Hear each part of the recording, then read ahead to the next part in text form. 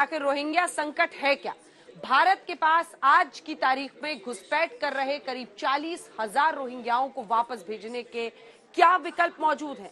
ऐसे तमाम सवालों के जवाब हमने तलाशे हैं। साथ ही दिल्ली के रोहिंग्या कैंप से आपके लिए ग्राउंड रिपोर्ट भी तैयार की है ताकि ये पता चल सके कि रोहिंग्याओं के दिमाग में क्या चल रहा है।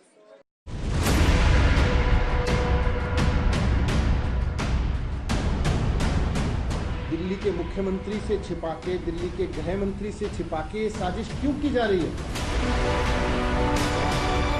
बिजली से लेकर अब घर देने तक का काम रोहिंग्या मुसलमान के लिए करने की बात कर। क्यों ये ईडब्ल्यूएस फ्लैट देने की बात अरविंद केजरीवाल जी और उनकी सरकार ने कही और उनके नीचे के अधिकारियों ने बात कही। सियासी रण के बीच आज तक संवाददाता अमित भारद्वाज दिल्ली के रोहिंग्या कैंप पहुंचे ताकि पता चले कि कैंप का माहौल क्या है। क्या रोहिंग्या अपने मुल्क में वापस लौटने को तैयार हैं? कैंप में हमारी मुलाकात मरियम से हुई।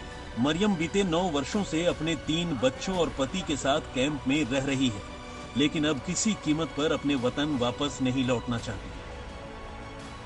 बर्मा आपको घर वापस भेजा जाएगा आप लोगों को? हम वहीं बर्मा नहीं जाएंगे, इसके लिए सॉरी हम, क्योंकि हमारा जहाँ पे पापा को मारा और हमारा 3 बहन था।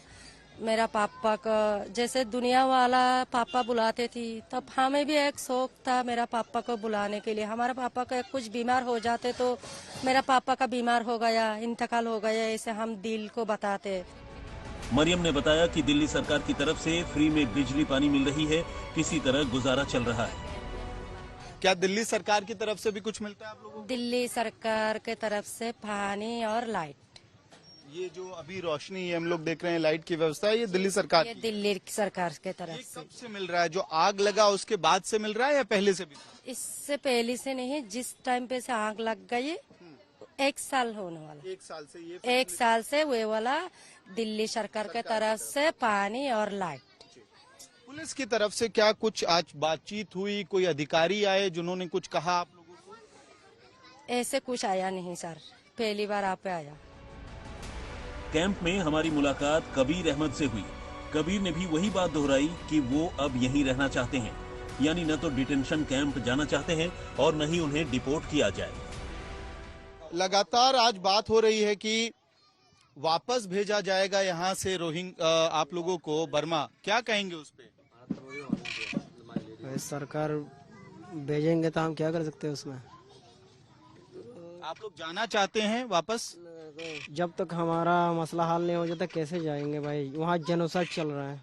जेनोसाइड चल रहा है, जान को खतरा है। जान को खतरा है, जान को खतरा है। तो डिटेंशन सेंटर में ये भी कहा जा रहा है कि डिटेंशन सेंटर में रोहिंग्या मुसलमानों को रखा जाएगा। सर डिटेंशन सेंटर में हमारा डालने का कोई तो वजह नहीं देख रहा हूँ। कोई डिटेंशन सेंटर में हम तो यहाँ यूएन के कार्ड लेके रह रहे हैं।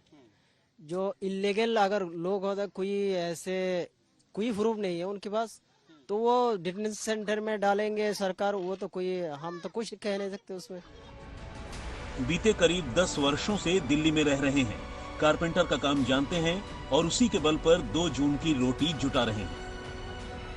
कबीर कब आए आप इंडिया? 2012 में। तब से यहीं कालिंदी में रह रहे हैं या कहीं भी और भी रहते थे? यहाँ रह रहे हैं। काम क्या करते हैं आप? कारपेंटर का काम करते हैं। अब्दुल्ला बताते हैं कि यूएन का कार्ड उनके पास है। अगर सरकार डिटेंशन कैंप में भेज देगी तो उनके पास कोई दूसरा रास्ता नहीं बचेगा। ठीक हमारे पीछे जो जमीन आप देख रहे हैं वो यूपी इरिगेशन का वो जमीन है जिसपे पिछले साल तक कई सारे रोहिंग्या परिवार रहते थे, लेकिन वहां झुग्गियों में आग लगने के बाद इन परिवारों को जो दिल्ली सरकार के हिस्से में आने वाली जमीन है, सड़क है, उस जगह पे शिफ्ट होना पड़ा और छोटी छोटी झुग्गियों में अब ये लोग रह रहे हैं। गृह मंत्रालय के आंकड़ों के मुताबिक भारत में करीब 40,000 रोहिंग्या शरणार्थी रहते हैं जो बांग्लादेश के रास्ते देश में पहुंचे हैं। रोहिंग्या को भारत अवैध प्रवासी मानता है और केंद्र सरकार इन्हें जल्द से जल्द डिपोर्ट करने की प्रक्रिया में जुटी है। ये बात रोहिंग्या कैंप में रहने वालों को भी पता है। हम तो सुन रहे हैं हमें पुराना बिल्डिंग में ले जा रहे हैं, आप कह रहे हैं अभी डिटेंशन सेंटर में ले जा रहे हैं। तो सरकार जो राय लेगा वो उसमें हम क्या कर सकते हैं सर? हम तो ऐसे मजदूरी, दिहाड़ी मजदूरी करके खा रहे सर। हम एक बार नहीं, 2-3 बार आग में जल चुका है। मजदूरी करके अब्दुल्ला हर महीने 10 से 12 हजार रुपए कमा लेते हैं। वो यही चाहते हैं कि अब भारत में रहने की इजाजत मिल जाए। मजदूरी भी महीने में 20 दिन मिलते हैं, 20 दिन में 10,000 12,000 रुपये मिलते हैं। फिर पढ़ाई में और खाना में, घर तो फ्री है, बिजली तो फ्री है, लेकिन दिल्ली है सर, खर्चा ज्यादा है। 10,000 से हमारा खर्चा नहीं चलते सर, उधार हो जाते हैं 5-6 हजार। यूएनएचसीआर की तरफ से कुछ पैसे भी मिलते हैं? यूनिकेयर की तरफ से कुछ पैसा नहीं मिलते हैं जो नाबीना है, जो परिवार में ज्यादा है, जो अंधा है, लूला है, उनको मिलते हैं, हमें नहीं मिलते। वैसे भारत यूएन की शरणार्थी संधि 1951 और इसके प्रोटोकॉल का हिस्सा नहीं है।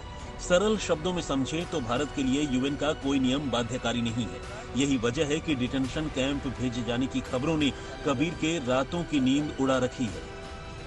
तो मैंने उसमें सुना है कि उसमें कोई टच वाला फोन नहीं जा सकता, जैसे कि उसमें आप अपनी आजादी के साथ, जैसे अभी यहाँ पे झुग्गी में रह रहे हैं, नहीं जा सकते। 3 टाइम का आपको वहाँ रोटी मिलेगा, खाना मिलेगा, अपने कमरे में रहो, न्यूज़ वगैरह जो देखना आप वहाँ पे टीवी लगा रहे, टीवी है सरकार की तरफ से लगा के, तो शायद उसमें देखो, बाहर अपनी मर्जी से घूम नहीं सकते।